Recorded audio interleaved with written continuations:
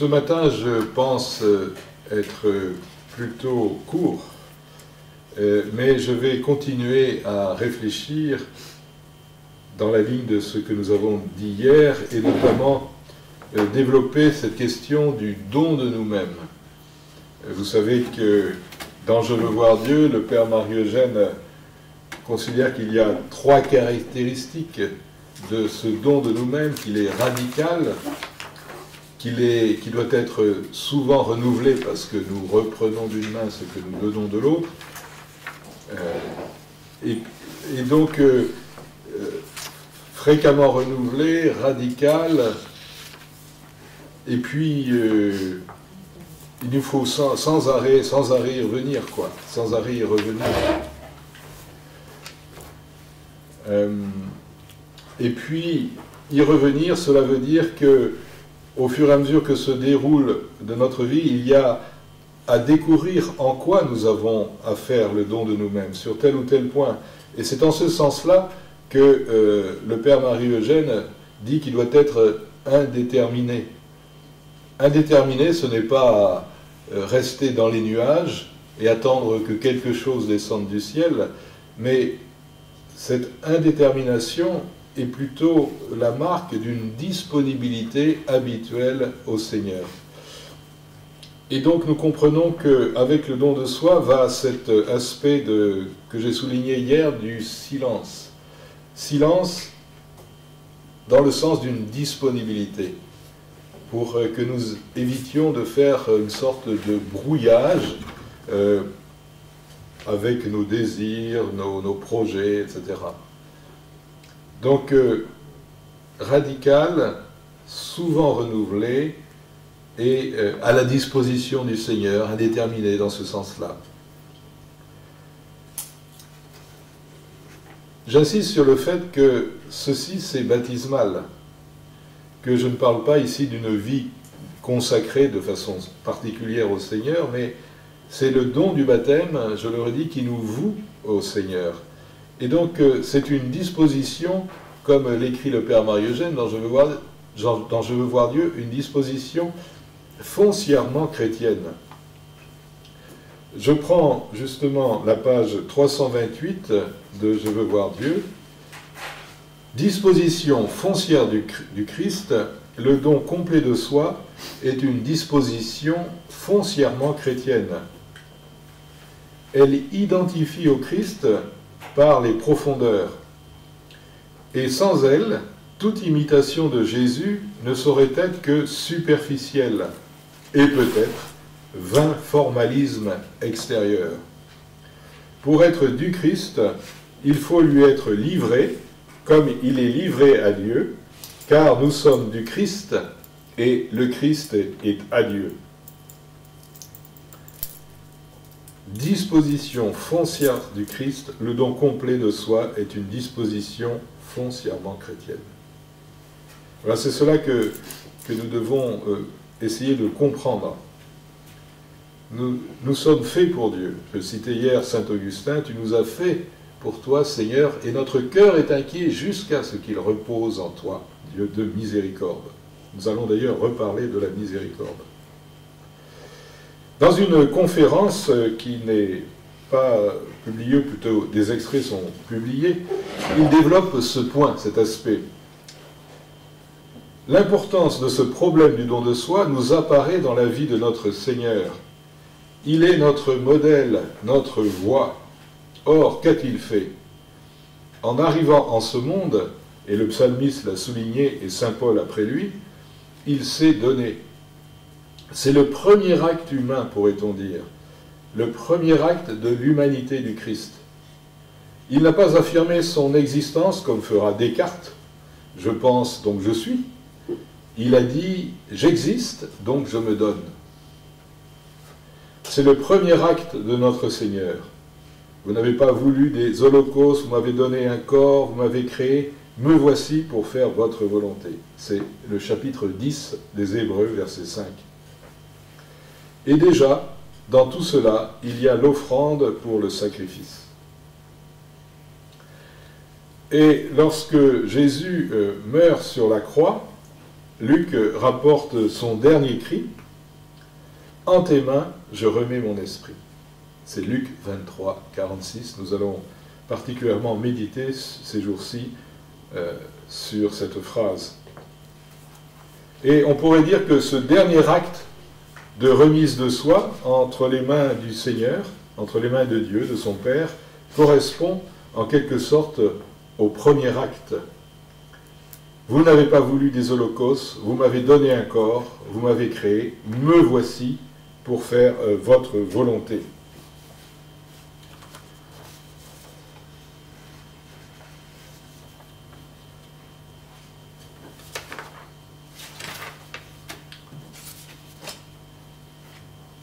Et donc, on peut dire que la vie du Christ, en son intégralité, est comme encadrée par ses dispositions, plutôt encadrée, illuminée, animée par ses dispositions d'offrande de soi. Et donc, nous sommes, oui, en tant que baptisés, nous sommes appelés à entrer dans ces dispositions du Christ. Et tous ceux que l'on nomme aujourd'hui les saints, canonisés ou non, enfin nous y invitent tous. On ne peut pas marcher sur le chemin de la sainteté sans être saisi par l'Esprit Saint. Seul l'Esprit Saint fait les saints. Donc il ne s'agit pas, comme dit Paul, de l'homme qui veut ou qui court, mais de Dieu qui fait miséricorde. Et donc il faut se remettre entre les mains de la miséricorde. Et se remettre entre les mains de la miséricorde, c'est bien actif de notre part, ce n'est pas passif. Il faut, autrement dit, que nous coopérions de tout notre cœur, de toute notre liberté, à ce chemin qui nous mène jusqu'à Dieu. C'est cela la croissance spirituelle, c'est cela la sainteté. Et je voudrais ici m'appuyer maintenant sur Sainte Thérèse de Jésus, d'Avila, la grande Thérèse, comme on dit. Elle souligne ce fait, elle dit « Ne croyez pas que le Seigneur ait besoin de nos œuvres, mais de la décision de notre volonté. » Alors, décision de notre volonté, ce n'est pas pour nous construire par nous-mêmes un chemin de sainteté, ce n'est pas du volontarisme, mais quand elle parle de la décision de notre volonté, c'est la décision de s'en remettre à Dieu, mais pas de faire notre programme de notre côté, si vous voulez. Donc de fait, la liberté, notre liberté, la liberté de l'homme, joue ici totalement son rôle, entièrement son rôle. C'est là qu'elle se situe, la liberté de l'homme, pour qu'il puisse dire librement un oui à Dieu. Et quand on a dit le oui à Dieu, la liberté ne disparaît pas, évidemment, mais elle devient vraiment coopératrice à l'œuvre de Dieu. Et donc, Sainte Thérèse de Jésus souligne ce fait que pour nous transformer, le Seigneur attend que nous lui remettions notre volonté librement. Elle écrit dans le chemin de la perfection, au chapitre 28, « Le Seigneur prend ce que nous lui donnons, mais il ne se donne entièrement à nous que lorsque nous nous donnons entièrement à lui. » Il ne se donne entièrement à nous que lorsque nous nous donnons entièrement à lui. Il faut bien comprendre qu'il ne s'agit ici en aucun cas d'une sorte de marchandage de la part du Seigneur, mais du respect, justement, du respect absolu de notre liberté. Puisque notre baptême nous appelle à cette réponse-là, une réponse d'amour. Et comme telle, comme réponse d'amour, cette réponse ne peut être que totalement libre. Alors l'enjeu est grand, évidemment, puisque c'est celui de notre marche vers le Seigneur, c'est celui de la sainteté.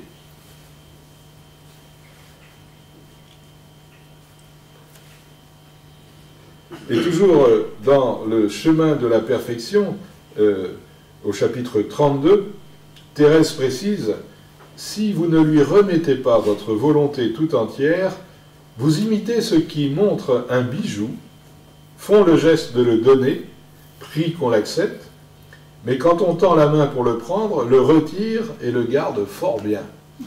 Ça lui est arrivé dans sa vie, parce que Bijou, c'est pas un exemple que j'aurais pris moi spontanément, mais c'est parce qu'à un moment donné, elle était chez une aristocrate qui lui montrait ses bijoux.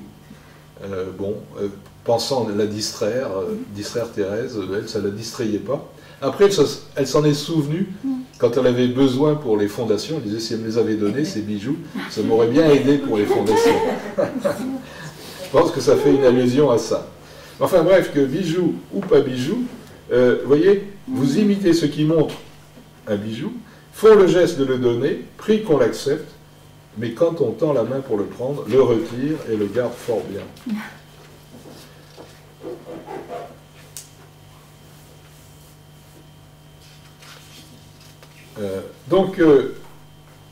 Devenu habituel, vous voyez, constamment renouvelé, autrement dit, le don indéterminé, c'est-à-dire le don ouvert à l'Esprit de Dieu, finalement, ouvre l'âme à l'action de l'Esprit. Parce que cette disposition du don de soi, justement, ouvre notre oreille. Le Seigneur m'a donné une oreille de disciple. Voilà. Et donc on devient beaucoup plus sensible aux inspirations de l'Esprit Saint. C'est ce qu'écrit le Père Marie-Eugène dans Je veux voir Dieu. Il dit que le don de soi ouvre aux onctions délicates de l'Esprit Saint.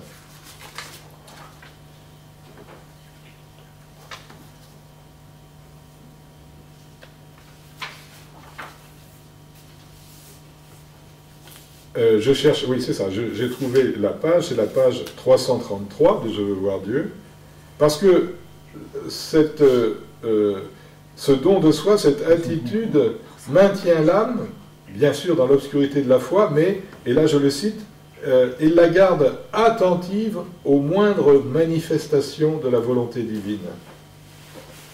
Il affine ses sens spirituels, les sens de l'âme, qui deviennent sensibles aux onctions délicates de l'Esprit Saint et aux plus subtiles de ses motions.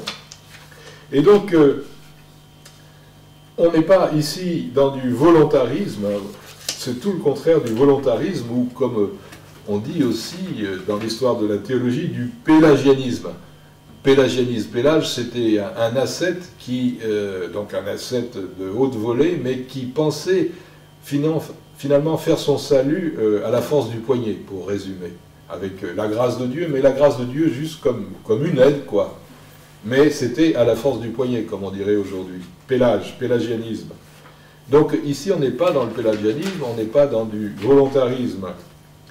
Et justement, pour souligner cette attitude, cette disponibilité, cette disposition d'esprit, je veux avoir recours au pape François dans La joie et l'allégresse. Il fait allusion justement à ce volontarisme. Et il souligne justement la gratuité du don de Dieu. Ce sont dans les numéros 56, 57 de La joie et l'allégresse. Numéro 56. C'est seulement à partir du don de Dieu, librement accueilli et humblement reçu, que nous pouvons coopérer par nos efforts à nous laisser transformer de plus en plus. Coopérer par nos efforts à nous laisser transformer de plus en plus. Mais c'est une coopération. Et il poursuit, le pape, il faut d'abord appartenir à Dieu. Il faut d'abord appartenir à Dieu. Il s'agit de nous offrir à celui qui nous devance. Nous offrir à celui qui nous devance. De lui remettre nos capacités, notre engagement, notre lutte contre le mal et notre créativité, pour que son don gratuit grandisse et se développe en nous. Et il stigmatise dans le numéro suivant, 57, certains chrétiens justement qui veulent tout faire par eux-mêmes, plus ou moins. Il y a encore des chrétiens qui s'emploient à suivre un autre chemin, celui de la justification par leur propre force, celui de l'adoration de la volonté humaine et de ses propres capacités, ce qui se traduit par une autosatisfaction égocentrique et élitiste, dépourvue de l'amour vrai. Voilà, je vous laisse lire le reste du contenu de ces numéros. Simplement, donc, nous ne sommes pas ici dans du volontarisme, mais dans une plus grande ouverture à la grâce. Donc, le premier souci du chrétien doit consister à cultiver une relation vivante avec l'Esprit Saint, pour se mettre justement à son écoute, à sa disposition, pour cultiver une docilité de plus en plus habituelle à l'Esprit Saint.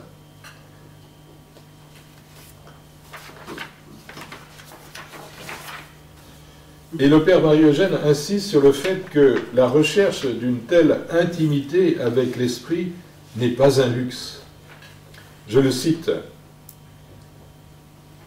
Cette union avec l'Esprit Saint n'est pas un luxe des sommets de la vie spirituelle. On ne doit pas renvoyer cela tout à fait à la fin. Non, c'est le premier acte, la première nécessité. Il s'agit pour le Père Marie-Eugène de se convaincre de sa présence pour que ce ne soit pas seulement quelqu'un qu'on retrouve de temps en temps, mais une personne avec laquelle on vit constamment. Et c'est seulement une telle intimité qui permet de faire l'œuvre de Dieu et pas seulement des œuvres pour Dieu.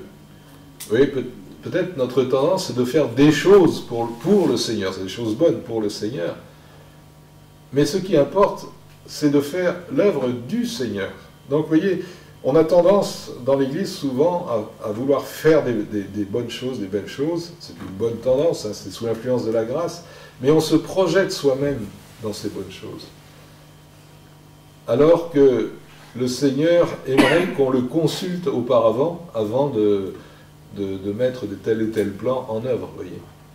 Mais dans la pastorale, il y a le risque, hein, je me mets dans le lot, on peut mettre les prêtres, même les évêques dans le lot. Le risque, c'est de faire des plans, des grands plans, bien sûr pour le Seigneur. Alors il y a des fruits, bien sûr, qui en résultent, mais tout cela doit s'affiner, se purifier, et la première disposition pastorale, c'est de se mettre à l'écoute de l'Esprit et d'y rester. Donc il ne s'agit pas de faire des œuvres pour Dieu, mais de faire l'œuvre de Dieu. Voilà. Et je cite à nouveau le Père Marie-Eugène. L'Esprit Saint a beaucoup plus besoin de notre docilité, de notre attention, que de notre force. Il faut que nous soyons ouverts à lui. Voilà la première condition de notre vie spirituelle. Les enfants de Dieu sont ceux qui ont réalisé leur filiation divine, leur grâce du baptême. Ce sont ceux-là les véritables apôtres. Ce sont ceux-là qui font l'œuvre de Dieu, et non pas ceux qui construisent eux-mêmes l'œuvre de Dieu suivant leurs pensées. Il n'y en a qu'un qui sache quelle est l'œuvre de Dieu et comment elle doit se faire, c'est l'Esprit Saint.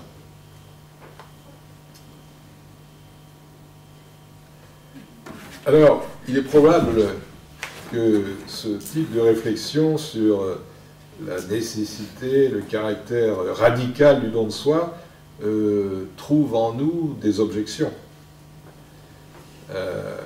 Même un obstacle de taille, à savoir le sentiment personnel de notre réelle pauvreté spirituelle, hein, de notre incapacité à parvenir à cette qualité de don. Alors c'est vrai, il faut reconnaître notre incapacité devant le Seigneur, il faut reconnaître notre pauvreté spirituelle. Mais justement, le chemin vers Dieu passe par, je dirais, l'intégration, la reconnaissance de nos pauvretés. Sinon, on est dans l'illusion. On peut être justement dans une sorte de pélagianisme. Oui, il faut intégrer, et c'est pas facile, cette dimension de pauvreté spirituelle personnelle. Donc, livrés à nous-mêmes, c'est vrai, nous ne pouvons pas avancer sur ce chemin. Mais, par la grâce de Dieu, tout est possible. Comme dit Paul, par exemple, aux Philippiens, chapitre 4, verset 13, Je puis tout en celui qui me fortifie. Je puis tout en celui qui me fortifie. Et le Père Marie-Eugène, dans une note de Je veux voir Dieu, répond par avance à l'objection que nous faisons. Devant le mystère, alors je vais vous donner la référence, c'est page 333, facile à retenir, note 1. Devant le mystère des exigences divines auxquelles le don complet nous livre, il est des âmes qui sont non seulement craintives, mais apeurées. Sans doute, il parle de nous. Elles reculent devant l'obscurité et tout ce qu'elle recèle de redoutable. Qu'y a-t-il dans ce mystère où gronde la tempête dont la passion du Christ nous donne un tableau? En effet, dans cette obscurité, il y aura de la souffrance et la participation à la passion du Christ sous quelque forme, il y aura la mort. Mais que ces âmes se rassurent, en se jetant dans cette obscurité par le don de soi, on tombe nécessairement dans la miséricorde divine. On tombe nécessairement dans la miséricorde divine. C'est elle, la miséricorde, qui reçoit l'âme, la baigne de sa paix et de sa force. C'est la miséricorde qui reçoit l'âme, la baigne de sa paix et de sa force. Fin de la citation. Autrement dit, le don de soi nous ouvre à la gratuité et à la surabondance de la miséricorde. Le don de soi nous fait tomber, en quelque sorte, dans la miséricorde. Et en terminant, je voudrais justement vous partager un texte magnifique sur la miséricorde et la gratuité de la miséricorde de Dieu dans notre vie. Vous pourrez retrouver d'ailleurs cette citation dans une publication, petite publication, elle est sans doute à l'accueil, « Croyez à la folie de l'amour qui est en Dieu ». C'est un petit livret, il y est, et ben, je vous invite à vous le procurer, à faire des économies et à vous le procurer. En tout cas, on peut dire que oui, nos objections qui touchent notre incapacité à correspondre à l'appel de Dieu, ben, ces objections rejoignent celles que les disciples opposaient déjà à Jésus quand ils l'interrogeaient. J'ai déjà fait une allusion en chapitre 19 de Matthieu. Qui peut être sauvé? Et Jésus répond, pour les hommes c'est impossible, mais pour Dieu tout est possible. Donc Matthieu 19, 25, 26. Et je pense qu'on peut dire que s'offrir au Seigneur avec toutes nos craintes, nos réticences même, et avec cette conscience que le don que nous faisons, essayons de faire, est loin d'être parfait, eh bien s'offrir de cette manière-là, c'est déjà entrer dans la dynamique du don.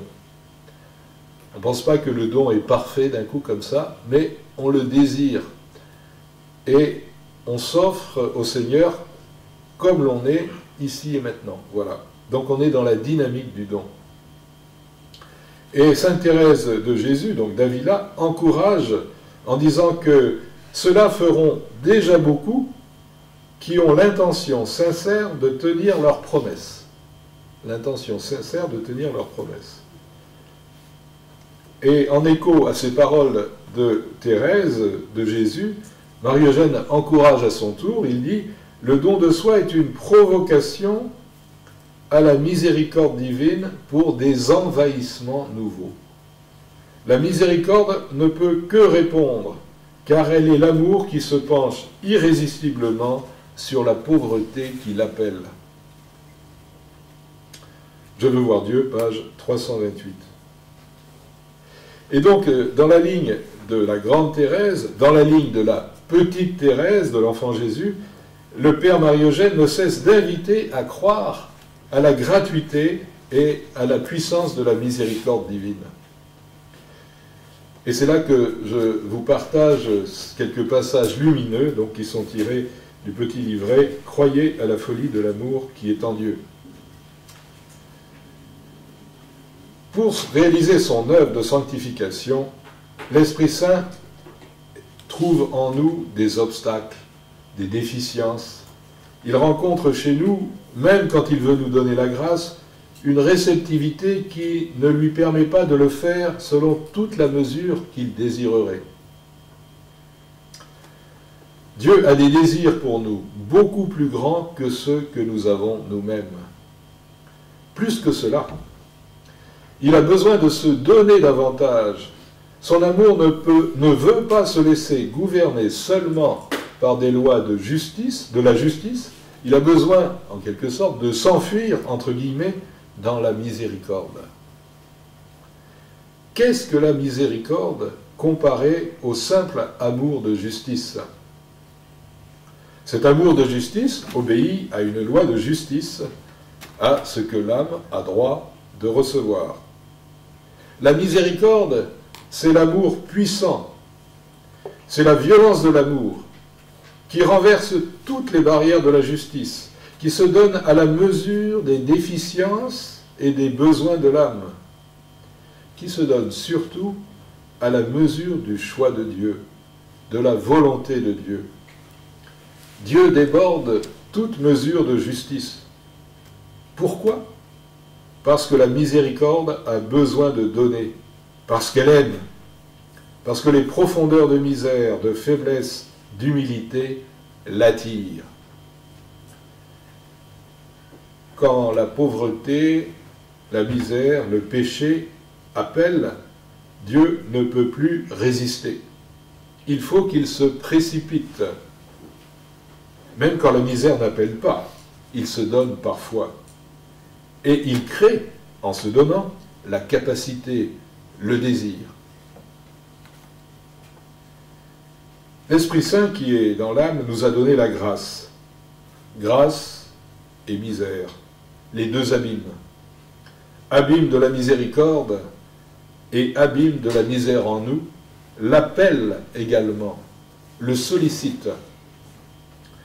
Il cède, entre guillemets, à la fois à l'appel de la grâce en nous, qui doit se développer, et à l'appel de la déficience et de la pauvreté qui sont en nous. Hier soir, on évoquait ce paradoxe, le paradoxe que nous sommes nous-mêmes des pécheurs graciés, le péché et la grâce. Grâce et misère, les deux abîmes. Abîme de la miséricorde et abîme de la misère en nous. Ces deux abîmes l'appellent également, le sollicitent. Il cède à la fois à l'appel de la grâce en nous, qui doit se développer, et à l'appel de la déficience et de la pauvreté qui sont en nous. Œuvre de miséricorde continuelle de Dieu en nous. Et voici qu'il arrive à un point de discernement spirituel très important. Il dit, nous ne sommes pas convaincus de la gratuité du don de Dieu. Donnant, donnant, dit-on du bon Dieu. Il donne parce que nous avons donné. Nous serons récompensés dans le ciel parce que nous aurons travaillé. Nous sommes tous presque convaincus de cette loi. Si bien que, lorsque nous recevons un don de Dieu, une grâce dont nous prenons conscience, presque immédiatement, inconsciemment, nous cherchons le pourquoi. Qu'est-ce que j'ai pu faire pour que le bon Dieu soit si bon? Si ce n'est pas moi, ce doit être un autre. C'est une bonne âme qui a prié pour moi. Il nous faut une explication. Ça ne veut pas dire que c'est faux, mais il nous faut une explication précise. Nous ne sommes pas convaincus de la gratuité du don de Dieu. Nous ne connaissons pas le besoin que Dieu a de se répandre. Et malheureusement, n'y croyant pas, pratiquement, nous l'arrêtons. Je fais une parenthèse, c'est ça la découverte géniale de Sainte Thérèse de l'Enfant Jésus. Avoir découvert par sa vie de contemplation et de fidélité que l'amour de Dieu est comme comprimé en lui, alors qu'il veut se donner. Il faut relire l'acte d'offrande à l'amour. Donc elle se donne à l'amour pour soulager le cœur du bon Dieu qui veut se donner et qui ne trouve pas assez de personnes pour accueillir sa miséricorde. C'est ça son génie de Thérèse de l'Enfant Jésus. La grâce lui a permis d'entrer profondément dans le cœur de Dieu, dans le cœur de la miséricorde qui veut se donner. Dieu est amour, et l'amour, le propre de l'amour, c'est de se diffuser, c'est de se répandre. Et donc c'est en ce sens-là qu'elle s'offre à l'amour, alors qu'à son époque on s'offrait à la justice plutôt. Mais elle s'offre à la miséricorde pour que la miséricorde puisse décompresser, en quelque sorte, en se donnant avec surabondance. Je reprends la lecture.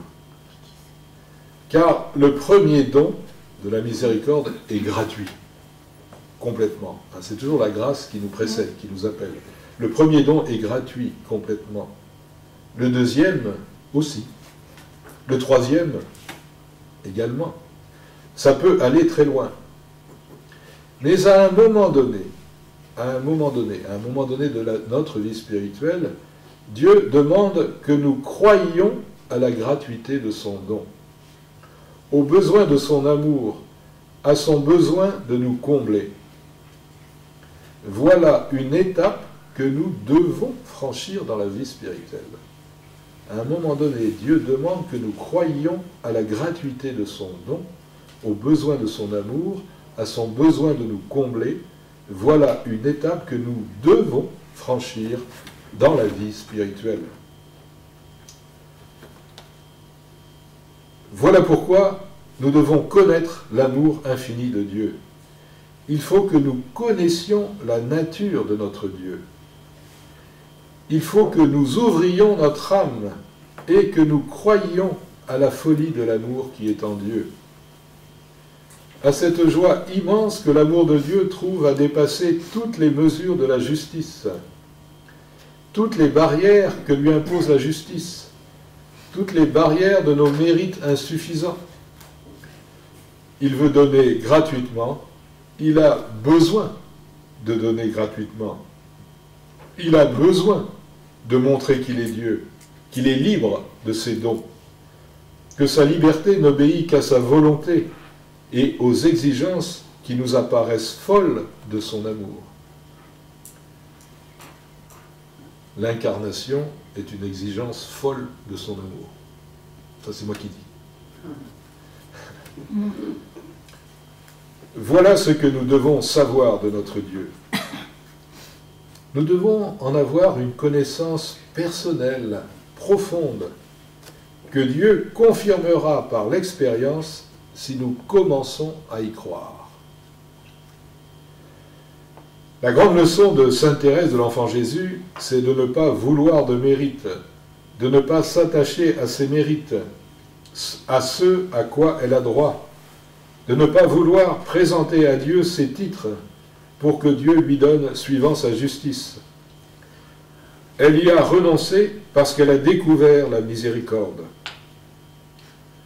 Comment passer de la justice à la miséricorde? En offrant quoi à Dieu? En lui présentant la grâce qu'il a déjà faite en nous. Vous m'avez aimé, c'est pour cela qu'il faut continuer. Vos dons sont sans repentance, et c'est ce que dit saint Jean de la Croix. Citation du Cantique spirituel. Ne voyez en moi que ce que vous m'avez donné.